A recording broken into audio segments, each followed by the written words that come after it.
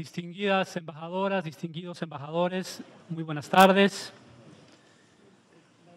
Mi capacidad de presidente del Grupo de los 77 y China me permito en primer lugar dar la más cordial bienvenida a Su Excelencia el señor Héctor Timerman, Ministro de Relaciones Exteriores y Culto de la República Argentina, y también a Su Excelencia el Ministro Axel Kicillof, Ministro de Economía y Finanzas Públicas de la República Argentina. Muchas gracias por su presencia aquí, ministros. Vamos a dar inicio a la reunión convocada para hoy y me permito en primer lugar poner a consideración de ustedes la agenda que ha sido circulada debidamente. Al no haber ningún comentario, la agenda está aprobada. La reunión de hoy de embajadoras y embajadores del Grupo de los 77 ha sido convocada para tratar un tema de vital importancia, no solo para los países en desarrollo, no solo para los miembros del Grupo de los 77 y China, sino para todo el planeta, dada la situación que en relación con las deudas se vive en el mundo. El tema de hoy es la reestructuración de la deuda soberana y el caso de la Argentina. Quiero llamar a la atención del grupo sobre este tema en relación con la recientemente aprobada Declaración de Santa Cruz. Nuestras jefes y nuestros jefes de Estado y de Gobierno, en la cumbre realizada hace pocos días en Santa Cruz, han tocado este tema en particular. Y en relación con la deuda, nuestros jefes de Estado han considerado que estas pueden ser costosas y perturbadoras. La crisis de la deuda está afectando profundamente a los países en desarrollo y los que están muy endeudados no pueden regresar a la senda del crecimiento sin asistencia internacional.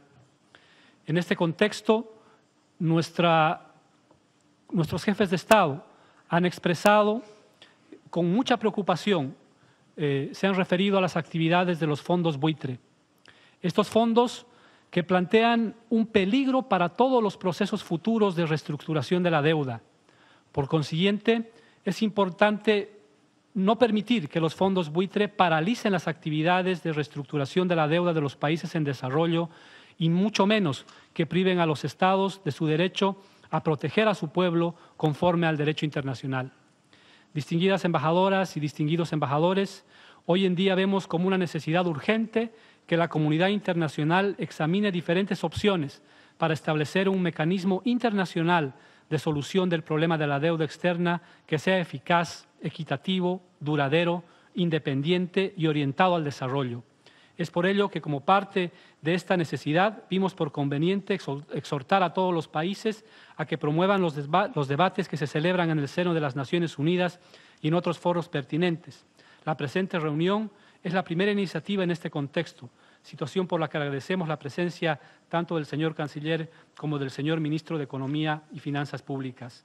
La propia Declaración de Santa Cruz nos recuerda que el Grupo de los 77, que representa a 133 países miembros de las Naciones Unidas, a más de 2/3 de la membresía de la Organización de las Naciones Unidas, basa su trabajo en los principios de unidad, complementariedad, cooperación y solidaridad. Dicho esto, siguiendo nuestra agenda, me permito, y para mí es un verdadero privilegio, darle la palabra a Su Excelencia el señor Héctor Timerman, Ministro de Relaciones Exteriores y Culto de la República Argentina. Señor Ministro, tiene la palabra. Buenas tardes a todos. Señor Presidente del G77 más China, estimados delegados, antes que nada quisiera expresar mis felicitaciones y mi orgullo por pertenecer a una organización que hace ya más de 50 años, acaba de cumplir sus 50 el cincuentenario de su fundación, lucha por los derechos de los países en desarrollo aquí en el seno de las Naciones Unidas. Ahora en breve vamos a escuchar al ministro de Economía de la República Argentina, Axel Kicillof, que se va a referir a la situación específica por la cual está atravesando hoy nuestro país en el tema de la reestructuración de la deuda que comenzó en el año 2005 y que está en cierto riesgo. Simplemente para finalizar y darle la palabra a mi colega, ministro de Economía, quisiera recordar unas palabras de la presidenta Cristina Fernández de Kirchner, que dijo que hoy los fondos buitre ponen en peligro el sistema financiero internacional y el sistema económico internacional. Pues no se trata únicamente de una cuestión norte-sur, sino también un tema de economía de la producción contra la economía de la especulación. En fin, nos encontramos frente a un asunto de suma gravedad que requiere la atención de todos nosotros. El G77 más China ya ha demostrado en la cumbre de Santa Cruz y en anteriores declaraciones estar en la avanzada de la necesaria gesta contra los fondos buitres. Y por todo eso quiero darles las gracias a todos ustedes y pedirle a mi colega, el ministro Axel Kicillof, que tome la palabra.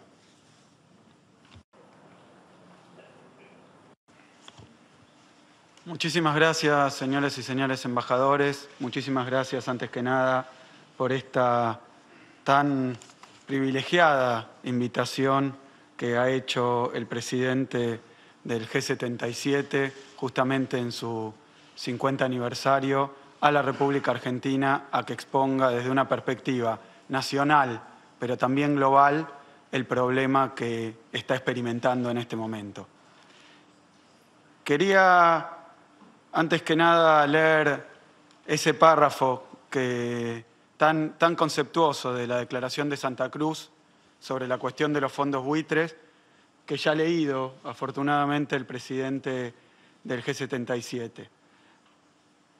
Ese párrafo de la Declaración de Santa Cruz ha resultado premonitorio. Recuerden ustedes que el párrafo decía que le preocupa al G77 las actividades de los fondos buitres porque hay algunos ejemplos recientes de acciones de fondos buitres en tribunales de todo el mundo que puso de manifiesto su carácter especulativo. Estos fondos plantean un peligro para todos los procesos futuros de reestructuración de la deuda, tanto para países en desarrollo como para países desarrollados. Por consiguiente, dice, reiteramos la importancia de no permitir que los fondos buitres paralicen las actividades de reestructuración de la deuda de los países en desarrollo ni priven a sus estados de su derecho de proteger a su pueblo conforme al derecho internacional. Repito las palabras porque esta declaración fue conocida el 15 de junio. Y de lo que vengo a hablar hoy, además de, por el título de la conferencia, de los procesos de reestructuración de deuda y del caso argentino, de la historia de la deuda argentina, de algunos elementos salientes de la historia argentina con respecto a la deuda y de la reestructuración de deuda, de lo que vengo a hablar hoy es precisamente de un fallo que el día siguiente a esta declaración, el día 16 de junio, con el rechazo de la Corte Suprema de la República Argentina, queda confirmado en tribunales de Estados Unidos, un fallo que en primera instancia y en segunda instancia dice, para que lo tengan muy claro, lo siguiente, que cuando Argentina pague el próximo vencimiento de su deuda reestructurada, debe también pagar el total, sí, el total de lo que se le debía a un grupo de fondos buitres, o por lo menos de lo que decían sus títulos, más los intereses, el total de capital más intereses. O sea que Argentina lo que debe hacer en su próximo vencimiento es pagar la deuda reestructurada y al mismo tiempo pagar, no bajo las condiciones de la reestructura, sino bajo las condiciones de los títulos en default originales, capital más intereses, todo a un conjunto de fondos buitres. ¿Esto cuándo va a ocurrir? ¿Esta dificultad cuándo se va a presentar? Se va a presentar el próximo día 30 de junio. El lunes 30 de junio, Argentina tiene vencimientos de deuda reestructurada por 900 millones de dólares.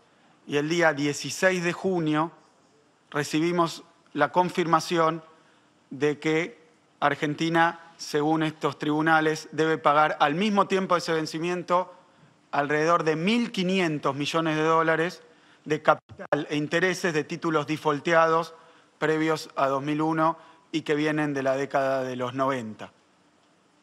Cuando se preocupaba el G77 sobre la posibilidad de que estos fondos buitre paralicen actividades de reestructuración, decía, era premonitorio, porque el día 16 y el día 30 los fondos buitres en tribunales internacionales avanzaron hacia bloquear un proceso de reestructuración exitoso. ¿Por qué digo esto?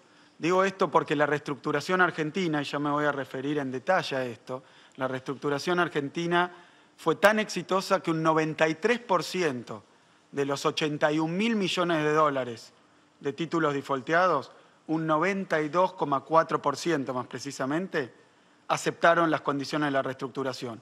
Solo el restante 7,6% no la aceptó. Los fondos buitres no eran parte de ese 7,6%. Los fondos buitres compraron títulos defaulteados que no entraron a la reestructuración para litigar en tribunales y conseguir el pago completo de la deuda en default.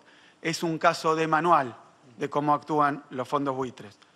Ahora voy a referirme en esta presentación al problema de la reestructuración de deuda argentina, pero antes que nada quiero dejar muy en claro lo que ha dicho nuestra Presidenta de la Nación, lo que viene diciendo la República Argentina. La Argentina quiere seguir pagando su deuda reestructurada. La Argentina quiere seguir pagando, pero no la dejan. Es un caso inédito, insólito. ¿Por qué? Porque nos han impuesto determinadas condiciones que, como verán, tienen consecuencias que ponen en riesgo no ya la reestructuración, no ya la situación financiera externa del país, sino la economía en su conjunto. Empujan de cumplirse a la Argentina hacia un nuevo default. Quiere decir que el accionar de los fondos buitres no es que pone en riesgo la reestructuración, pone en riesgo al país, pone en riesgo a nuestro pueblo, pone en riesgo los derechos para proteger a los argentinos del accionar del sistema financiero internacional. Y quiero, antes también de empezar, dejar también en claro lo siguiente. Argentina está dispuesta a negociar de buena fe,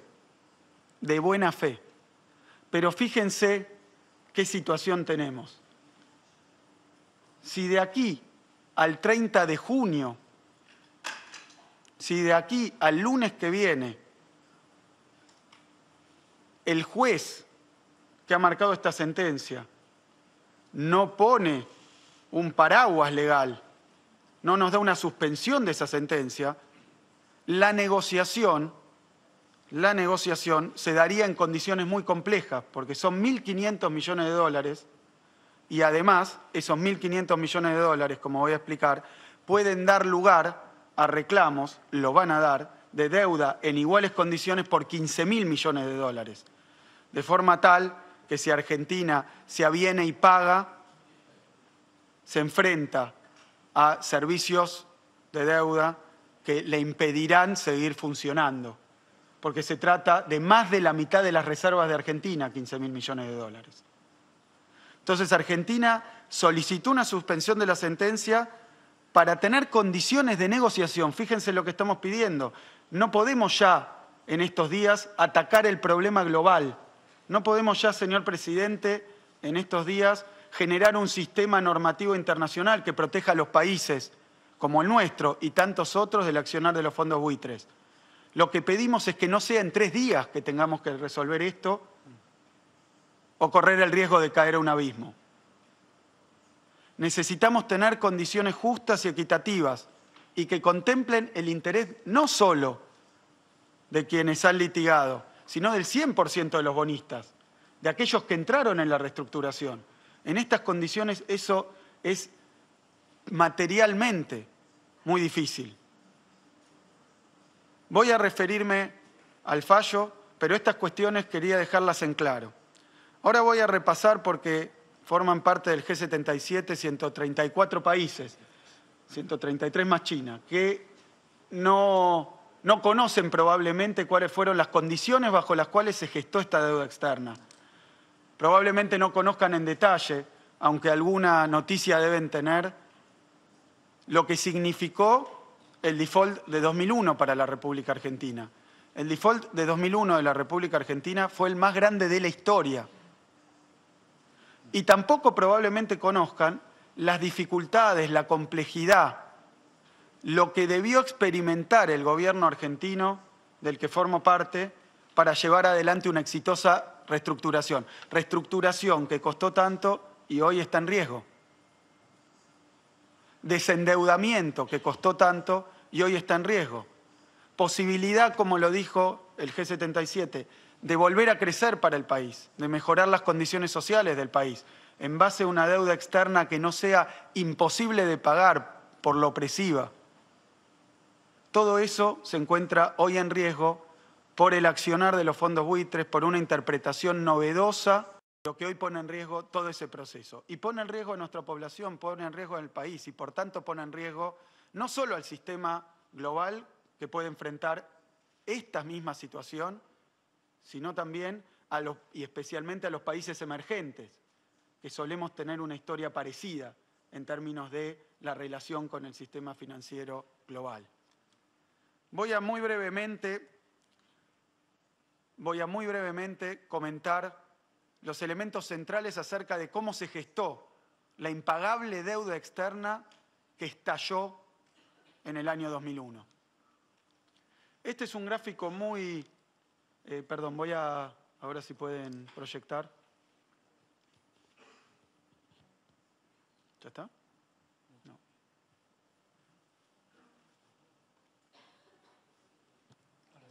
Ahora sí. Este es un gráfico muy extenso. Comienza en 1824 y termina en el default de 2001. Es un gráfico muy extenso que a cualquiera de los argentinos le trae muchísimos recuerdos y lo llama a la reflexión. Pero yo viniendo para acá, observando este gráfico, recordaba el comienzo de la evolución. La ven ustedes, en 1824. 1824 es un año y simplemente es una anécdota, pero quiero que la entiendan porque de alguna manera funciona como una parábola, como una imagen general de lo que ocurrió con los procesos de endeudamiento en la Argentina. En 1824 el gobierno de entonces tomó una deuda por 1 millón de libras esterlinas para hacer obras, entre ellas las del puerto de Buenos Aires. Tomó en Inglaterra y se lo tomó a la famosa casa Baring Brothers. De ese crédito de 1 millón de libras esterlinas, llegó a Buenos Aires la mitad, 550.000 libras, entre comisiones, gastos de viaje y demás, de lo que se había pedido prestado para hacer obras en Argentina, llegó la mitad. Esas 550.000 libras esterlinas nunca fueron utilizadas para hacer obras. Las obras esas nunca existieron. La deuda cayó en default. Ese default llevó años de años, estuvo 30 años sin pagar parte de esa deuda. Y terminó de arreglarse la cuestión iniciada en 1824, en 1905. 80 años después. 80 años después, Argentina había pagado 5 millones de libras, no tenía las obras y le habían llegado 500.000 libras esterlinas del préstamo que originalmente había pedido. Díganme si esto no es escalofriante y no es también una parábola de la deuda externa de algunos países emergentes como el nuestro. Y quiero marcar otro punto de ese gráfico que aparece en la década del 70. La deuda externa argentina tuvo muchísimas peripecias, pero la deuda que explota en 2001 comienza a gestarse en 1976. Es ahí donde comienza la disparada de la deuda externa moderna de la República Argentina. Comienza un ciclo que va a durar hasta 2001 de endeudamiento a tasas muy elevadas, dirigido, encaminado, simplemente a cubrir los servicios de deuda que no se podían pagar. Es una dinámica perversa de la deuda externa, es una dinámica perversa del interés compuesto, donde el país toma deuda, esa deuda no se emplea con finalidad de desarrollo, pero crece y crece y después no se puede pagar. Entonces hay que ir en malas condiciones a pedir nuevo endeudamiento, no para conseguir una obra, no para desarrollar el país, no para mejorar las condiciones de vida de la población, para pagar la deuda ya impagable. Y eso crece como una bola de nieve y los pueblos no tienen nada, simplemente más y más deuda sobre sus espaldas. Y esa dinámica no es raro que haya recomenzado en el siglo XX, claro, con la crisis del petróleo, los petrodólares, los emergentes accediendo a endeudamiento fácilmente por el lado internacional. Pero en el plano interno fue una dictadura militar sangrienta la que inicia este proceso de reendeudamiento de la Argentina. ¿Por qué? Porque ese ciclo de endeudamiento que termina en 2001 fue de endeudamiento externo, pero a la vez de desindustrialización del país. Fue de endeudamiento externo, pero de pérdida de puestos de trabajo. Fue de endeudamiento externo, pero también de crecimiento de la pobreza para nuestros conciudadanos. Pero esa deuda tomó una dinámica propia y fue creciendo hasta que llegó el estallido. Déjenme simplemente mostrarle una de esas correlaciones que a simple vista se pueden ver. No hace falta estadística, econometría, no hace falta un modelo complejo. Tenemos dos líneas allí. En rojo, el endeudamiento. Esto comienza en la década de los 70. Y en celeste, en azul, tenemos el desempleo. Qué triste correlación entre el crecimiento de la deuda y el desempleo de la República Argentina. Nunca en la Argentina la deuda externa sirvió para desarrollar al país.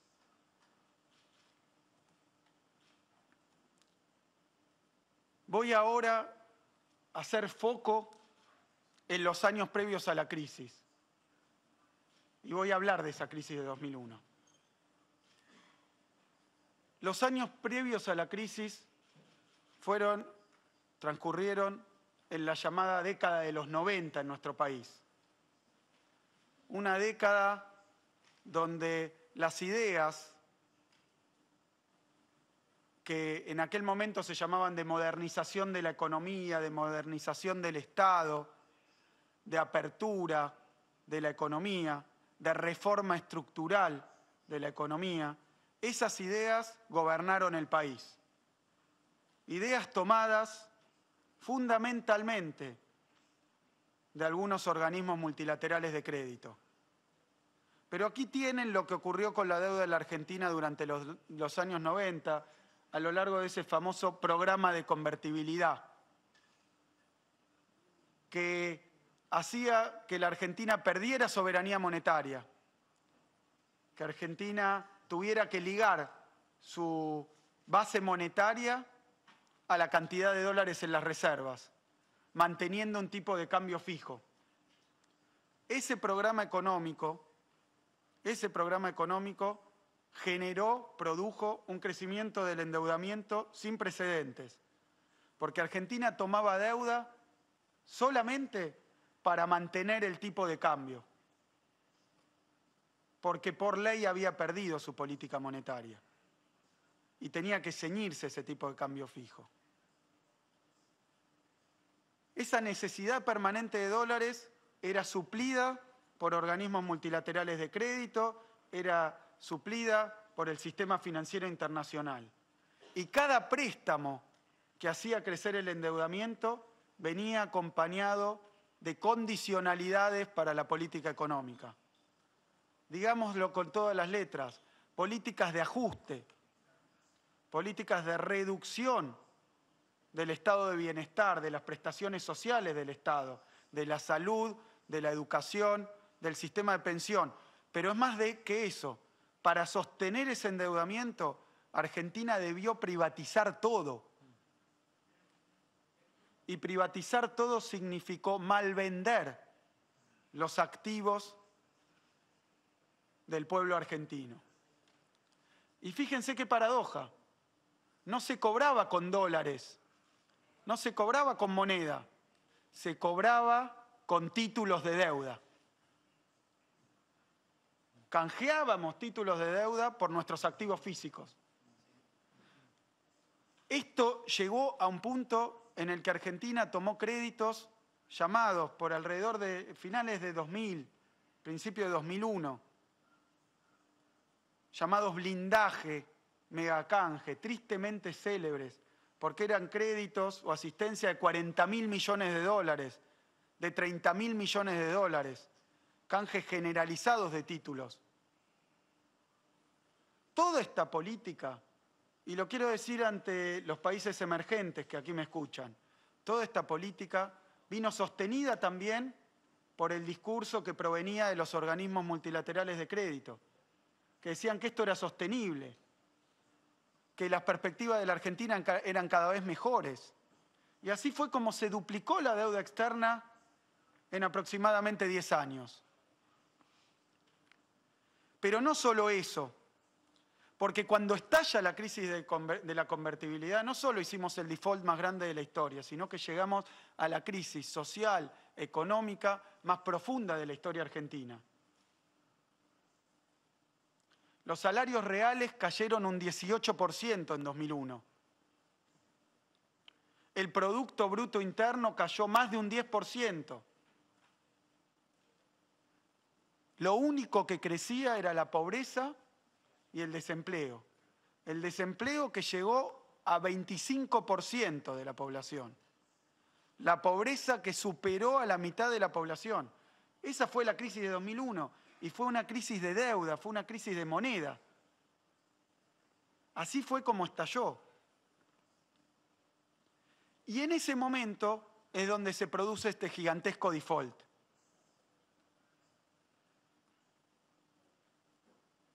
¿En qué situación deja la Argentina ese gigantesco default?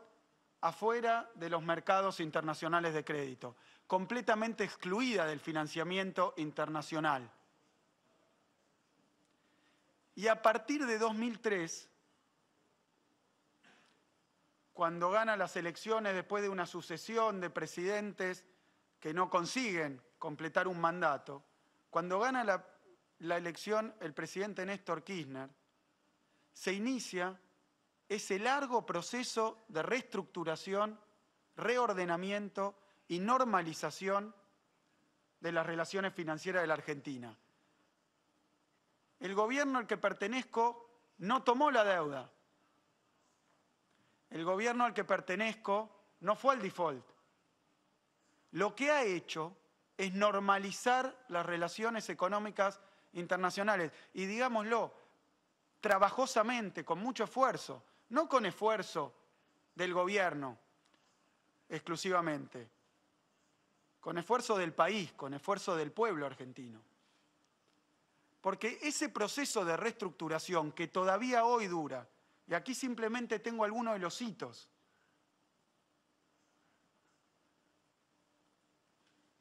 En 2005 se inicia esa reestructuración de 81.000 millones de dólares de títulos en manos de privados. 81.000 millones de dólares de títulos en manos de privados. ¿Cómo? A través de un canje. Un canje que consigue un 76% de adhesión. Un canje muy importante por una serie de factores. Primero, porque implicó una quita de más del 67%. Los acreedores aceptaron una quita de más del 67%. Y ustedes se preguntarán por qué. Ustedes se preguntarán por qué. Aceptaron una reestructuración así de fuerte porque les convenía. Porque si no había esa quita y los títulos se pagaban tal como habían sido emitidos, Argentina no los iba a poder pagar nuevamente. El principio que se aplicó es reestructurar la deuda de forma tal de que Argentina la pueda pagar. Y eso implicó una quita. Y de que Argentina la pueda pagar, es decir, que Argentina tenga recursos para volver a crecer. En 2005, 76%. Se reabre ese canje en 2010 y entra el 92,4%. Pero hay más pasos en ese proceso de reestructuración de aquello que pasó en 2001. Que les quede claro, todavía estamos peleando contra esa herencia que dejó el default de 2001. Y todos los pasos que se han dado son para pagar, reestructurar y pagar. Volver a recuperar confianza sobre la base de las posibilidades del país. En 2006 se le paga todo, el total de la deuda al Fondo Monetario Internacional, 9.500 millones de dólares. En 2008 hay un primer paso para pagar la deuda del Club de París, que se termina de renegociar hace poco tiempo, que también estaba en default desde 2001. En 2013 se llega a acuerdos por las sentencias del CIADI. Todo esto producto de 2001. Todavía estamos trabajando para terminar con todas las consecuencias de ese default y ahora recibimos esta sentencia que pone en riesgo todo ese proceso.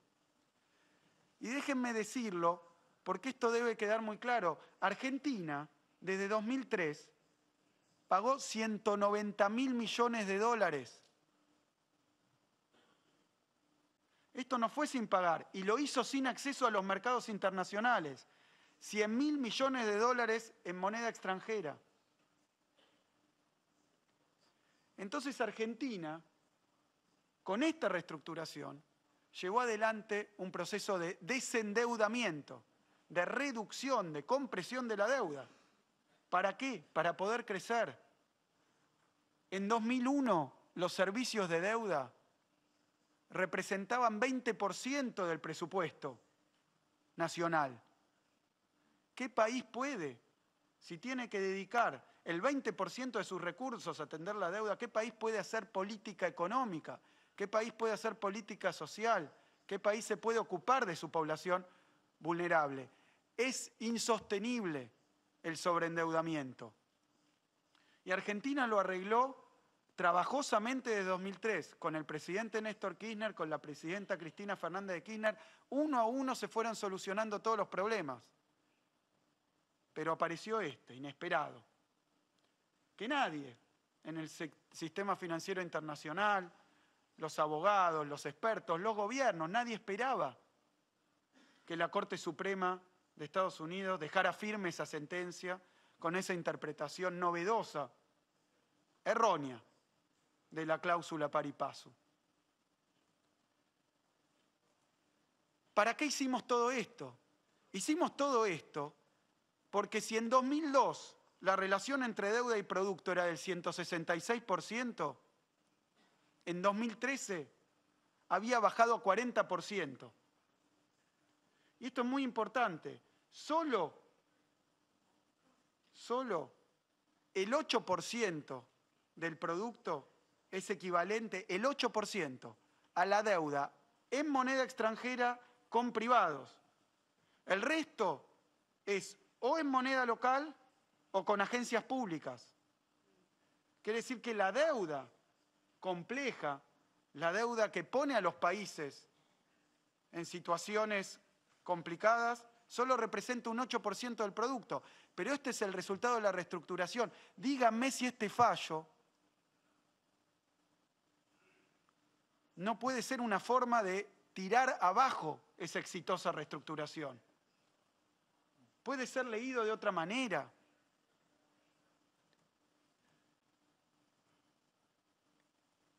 Me gustaría hacer algún comentario más sobre la situación argentina y sobre la situación global.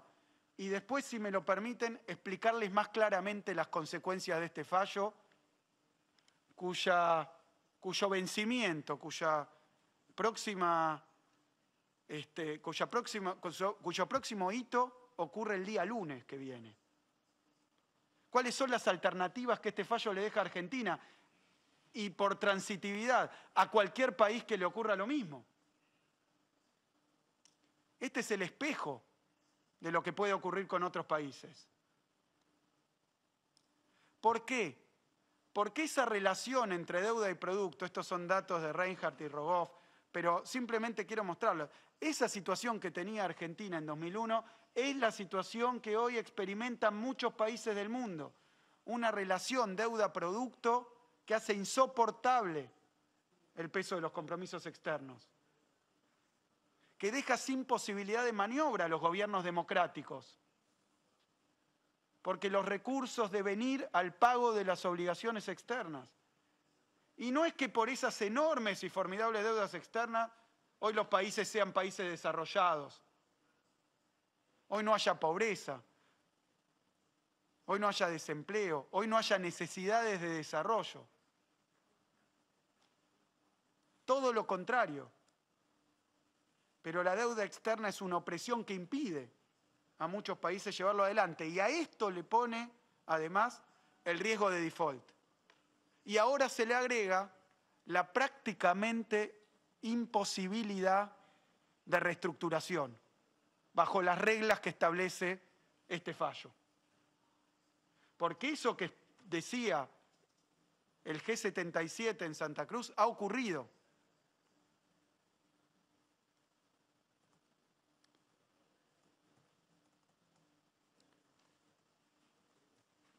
Déjenme en primer lugar hablar de algunos elementos centrales de ese fallo. Un fondo buitre, NML, compró en 2008, atiendan la fecha, en 2008, deuda en situación de default de la República Argentina por 48,7 millones de dólares. 48,7 millones de dólares. Digo, presten atención a 2008, porque Argentina abrió su canje en 2005. Este fondo no tenía bonos de canje en 2005. Fue a buscar los bonos que no habían entrado al canje.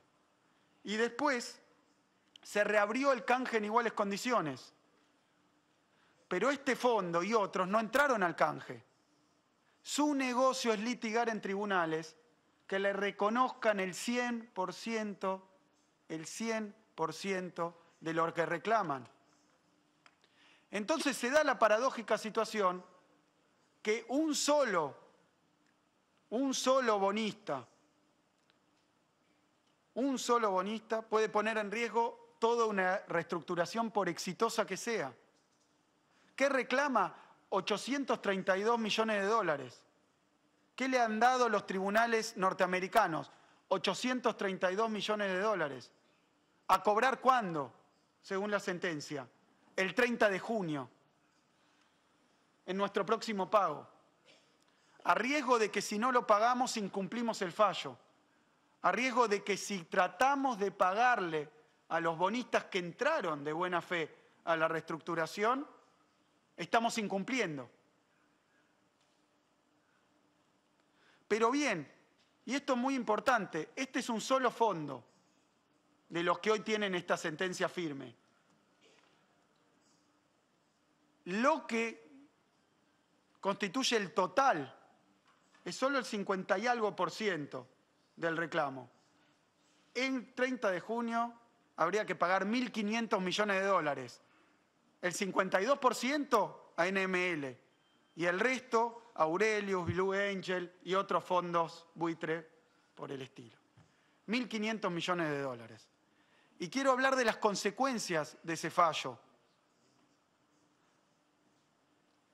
Y déjenme mostrarle la siguiente lámina que simplemente hace lo siguiente. Nos preguntamos, una vez que estos fondos se les ha reconocido el 100% de esa deuda en default comprada en condiciones viles, comprada a 30 centavos por dólar, una vez que se les reconoce, ¿pueden haber más reclamos? Inmediatamente, que totalizan 15.000 millones de dólares. Eso es simplemente convertir lo que se está reclamando hoy por todos los bonos que están en igual condición, que no entraron a los canjes. Inmediatamente 15.000 millones de dólares.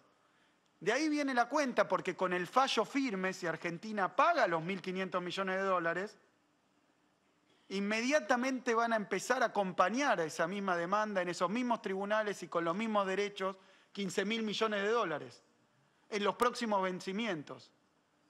Argentina tiene 29.000 millones de dólares de reserva. Enfrenta este año, ahora, pagos por 900 millones de dólares, pero le vienen atrás 15.000 millones. Y ahí no termina la historia.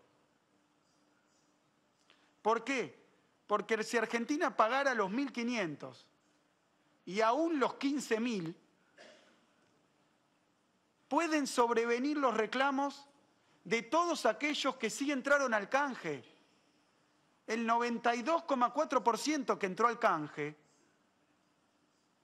cuando canjeó sus bonos, lo hizo con una cláusula, la famosa cláusula Rufo, que dice que a ningún otro se le puede ofrecer más. Si no, ¿cómo va a ser un canje exitoso? Si se convoca a canjear, pero se deja abierta la posibilidad de pagarle más a otro. Es lógica pura, pero esa lógica aquí funciona de manera perversa, porque ese 92,4% también va a reclamar el equivalente a los 15.000, el total de aquellos bonos que tenía originalmente. ¿Y a cuánto asciende esa deuda? Un cálculo conservador dice 120.000 millones de dólares. Así que esa reestructuración que nos puso la deuda externa de nuevo en volúmenes razonables, esa reestructuración que le permitió a la República Argentina en estos 10 años pasar del 25% de desempleo al 7% actual, que le permitió a la República Argentina crecer a tasas del 7% anual acumulativo, no porque Argentina hoy sea un país rico, sino porque está llevando adelante esa tarea que nos encomendamos en el G77. Una República Argentina que se ocupa de su población vulnerable porque tiene los recursos para hacerlo. ¿Qué ocurre con todo eso que hemos logrado? La reestructuración en primer lugar, pero las conquistas, los avances de nuestro pueblo en segundo lugar, si de pronto, por obra y gracia de una lapicera, hay que pagar primero 15.000 y después 120.000 millones de dólares más.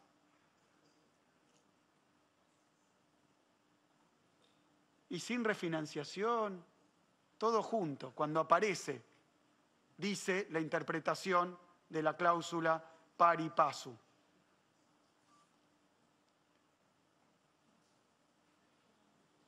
Argentina también recuperó sus activos externos, sus activos nacionales, recuperó su correo nacional, recuperó su compañía de agua, recuperó su línea aérea de bandera, recuperó también el control de la petrolera estatal YPF, otro de los elementos que ahora se ha saldado porque hemos llegado a un acuerdo por la indemnización con la empresa que era propietaria. Todo lo hizo con gran esfuerzo, pero ahora pende sobre nosotros un yunque de 15.000 más 120.000 millones de dólares, que se puede caer sobre nosotros el día lunes. Pero, ¿qué puede hacer la República Argentina ante este fallo que ha quedado en firme, que nadie esperaba que quedara en firme? ¿Qué puede hacer la República Argentina? Si paga los 1.500, debe esperar los 15.000 más los 120.000. Si no paga los 1.500, la orden le dice que tampoco, porque dice tampoco puede pagar su deuda reestructurada. O eso parece decir. Entonces debemos hacer un default con el 92,5%.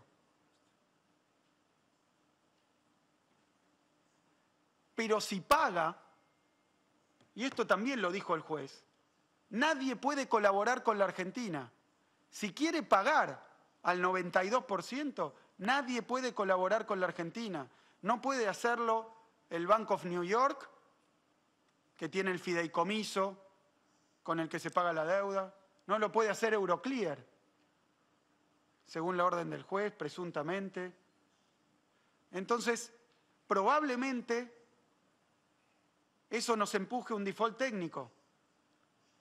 En todos los caminos, este fallo empuja a la Argentina a un riesgo de crisis económica. Empuja a nuestro pueblo a una situación que vivió, díganme, si una deuda que sea el doble de la actual no es de nuevo un 2001 para la República Argentina. Hay mucho más que decir al respecto, pero sé que ahora va a haber un intercambio, entonces quiero terminar con esto. ¿Por qué esta situación? Y no lo digo yo. Voy a leer algo que dijo en abril de 2013 el Fondo Monetario Internacional. Dijo: las decisiones contra Argentina de ser confirmadas probablemente otorguen un gran poder relativo a los holdouts, a los fondos buitres. No lo dicen ellos así, pero son los fondos buitres. Y hagan más difícil el proceso de reestructuración por dos motivos. Y no para Argentina, que ya va a haber sufrido este problema, para todo el resto del sistema financiero internacional. Dice, primero, al permitir que los holdouts interrumpan el flujo de pago a los acreedores que participaron en la reestructuración, que es lo que yo recién señalaba. La decisión desincentivará la participación de los acreedores en reestructuraciones voluntarias. Lo que está diciendo es que imposibilita una reestructuración si aquel que no acepta la reestructuración va a tener un tribunal que le reconozca el total de la deuda. Y sigue, segundo, al ofrecer a los holdouts un mecanismo por fuera de un canje de deuda voluntario, la sentencia aumentaría el riesgo de que los mismos se multipliquen, por lo que los acreedores que de otra manera serían propensos a participar de una reestructuración, lo harían en menor medida debido a las preocupaciones acerca de la equidad entre acreedores. Acompañaron nuestra preocupación países como Brasil, Francia, México, el propio gobierno de Estados Unidos, legisladores de Inglaterra, Uruguay, Bolivia, foros como el Fondo Monetario Internacional, el Mercosur, UNASUR, CELAC, G77, G24, expertos como Joseph Stiglitz, Rubini, Ann Kruger, Ha-Hu Chang, Mark Weisbrot, hoy mismo Martin Wolf en el Financial Times, Cefas Lumina, José Antonio Campo, hace poco también en prensa internacional. Euroclear, Fintech, el Banco de Nueva York, los bonistas del canje, la Clearing House, la Caja de Valores de Argentina. Pero la preocupación no alcanzó, porque el fallo está ahí y esto va a ocurrir el 30 de junio próximo. Esas alternativas que planteé, que si no se paga hay riesgo de default, que si se paga hay riesgo de default y se incumple la orden, todas esas alternativas las tiene la República Argentina en 3 días. Y empezaron el 16. ¿Y qué ha ocurrido mientras tanto? Como el fallo está, Argentina, repito, pidió negociar de buena fe. Eso es que solicitamos una suspensión de la sentencia para que Argentina pueda realizar, sin todos estos riesgos, su próximo pago. Entonces, que la sentencia del juez promueva condiciones de negociación justas y equilibradas y que tengan en cuenta no solo a una parte, sino al total, al 100% de los bonistas argentinos. Eso es simplemente lo que pidió. Por ahora no hemos tenido respuesta. No ha habido ninguna respuesta. Pero nos han pedido buena voluntad en la negociación. Hemos llevado buena voluntad a la negociación. Hemos ido a negociar, pero hemos dicho tiene que ser justa, equilibrada, razonable. No puede ser en 3 días que un país tenga que optar ante el peligro de tener una deuda nueva de 15.000 o 120.000 millones de dólares.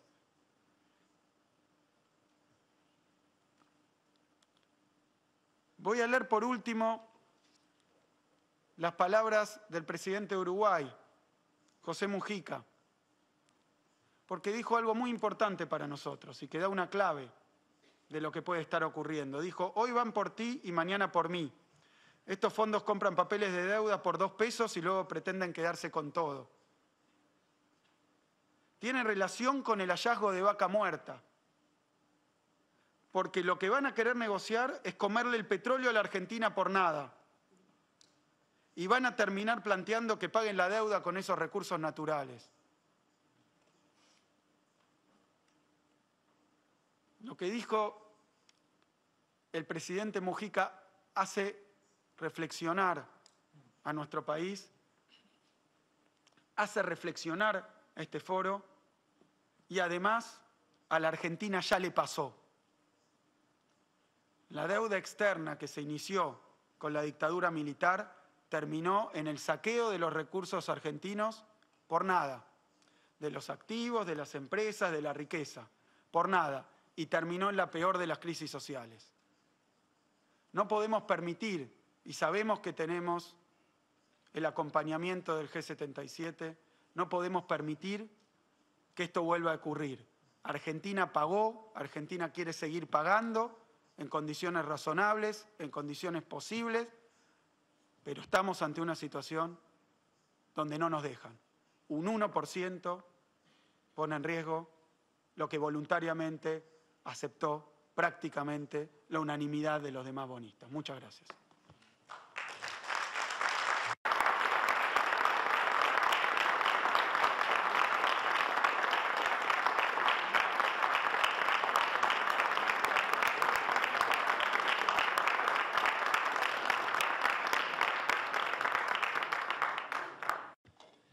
Agradezco muy sinceramente a nombre del grupo al ministro de Economía, Axel Kicillof, por su importantísima explicación de un tema que atañe a uno de los miembros del G77 y a todos nosotros, a todos los miembros del grupo y de la Organización de Naciones Unidas. Quiero, por favor, ofrecer la palabra a los distinguidos embajadores y embajadoras que se encuentran con nosotros. Quiero reconocer la nutrida presencia de los miembros del G77 en esta importantísima reunión.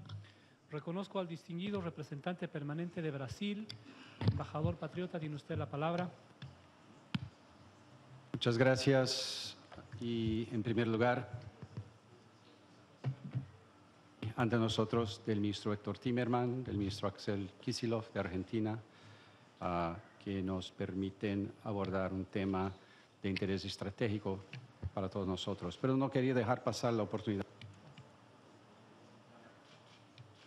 felicitar a Bolivia por su excelente organización de la cumbre de Santa Cruz, en que celebramos los 50 años del G77 y los resultados muy sustantivos también de este encuentro. Así que, Sasha, tú tienes todo nuestro apoyo y reconocimiento por eso.